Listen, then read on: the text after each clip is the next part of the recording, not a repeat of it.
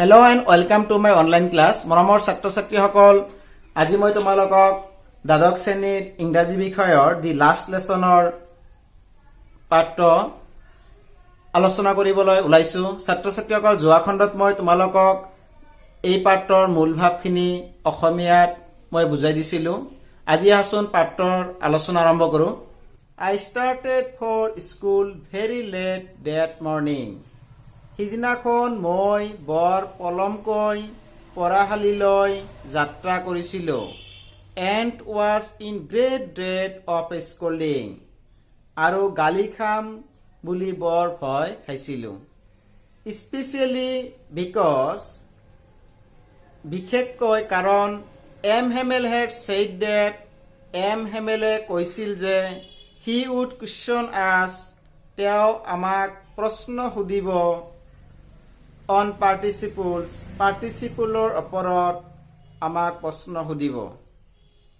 And আৰু I did not know the first word about them, আৰু মই সেই বিষয়টোৰ ওপৰত আদি কথাটোৱে জনা নাছিলো বা একোৱে জনা নাছিলো। অৰ্থাৎ কি গম পালা, সিদিনাখন মই বৰ পলমকৈ বিদ্যালয়লৈ যাত্ৰা কৰিছিলো আৰু গালি খাম বুলি বৰ ভয় খাইছিলো। বিশেষকৈ মই ভয় খাইছিলো যে সিদিনাখন আমাৰ শিক্ষক এম হেমেল ডাঙৰীয়াই আমাক পাৰ্টিচিপলৰ বিষয়টোৰ ওপৰত প্ৰশ্ন সুধিব বুলি কৈছিল আৰু সেই বিষয়ৰ আদি কথাটোকে মই জনা নাছিলো বা মই নাজানিছিলো। For a moment, I thought of running away and spending the day out of doors. For a moment, অলপ সময়ৰ বাবে I thought, মই ভাবিছিলো, of running away, পলাই যাবলৈ, and spending the day out of doors, আৰু গোটেই দিনটো বাহিৰত মুকলি আকাশৰ তলত কটোৱাৰ কথা মই ভাবিছিলো। It was so warm, so bright. সিদিনাখন আছিল ফৰকাল বতৰ, উমলগা গৰম আছিল। The birds were charming at the edge of the woods and in the open field back of the sawmill the Prussian soldiers were drilling. The birds were chirping, অৰ্থাৎ চৰাইবোৰে কিচকিচকৈ মাতি আছিল at the edge of the woods, হাবিৰ দাঁতিত, and in the open field back of the sawmill, আৰু কাঠফলা কলঘৰটোৰ পাছফালে মুকলি পথাৰত the Prussian soldiers were drilling, Prussian সৈনিকসকলে কুচকাৱাজ কৰি আছিল। অৰ্থাৎ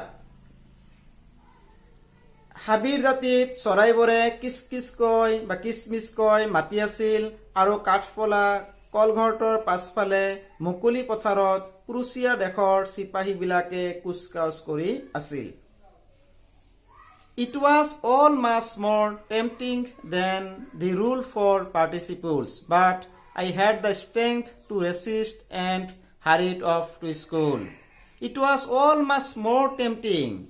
এইটো আছিল বৰ আকৰ্ষণীয় than the rule for participles, participleৰ নিয়মবোৰতকৈ, but I had the strength, কিন্তু মোৰ এইখিনি ক্ষমতা আছিল to resist, লভ সম্বৰণ কৰাৰ, বাধা দিয়াৰ, and hurried off to school, আৰু বিদ্যালয়লৈ যাওঁ বুলি খৰদৰকৈ বা দৌৰি গৈছিলো।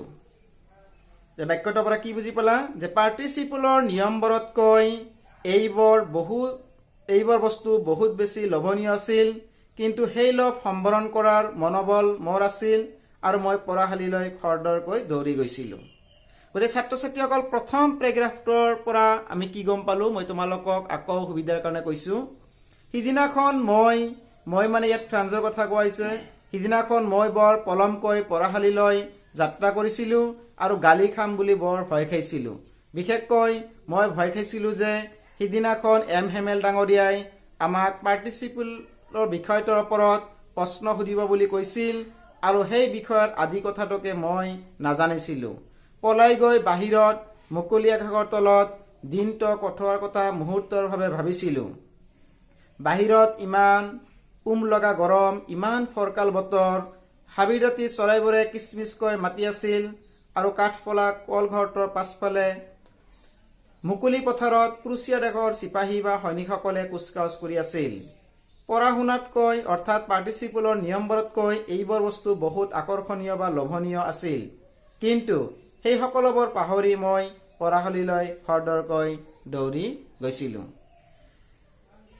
গতিকে ছাত্ৰ ছাত্ৰীসকল, প্ৰথম পেৰেগ্ৰাফটো আজি তোমালোকক বুজাই দিলোঁ। কাইলৈ আকৌ আমি দ্বিতীয় তৃতীয় পেৰেগ্ৰাফটোলৈ তোমালোকৰ মাজত আহিম। ধন্যবাদ।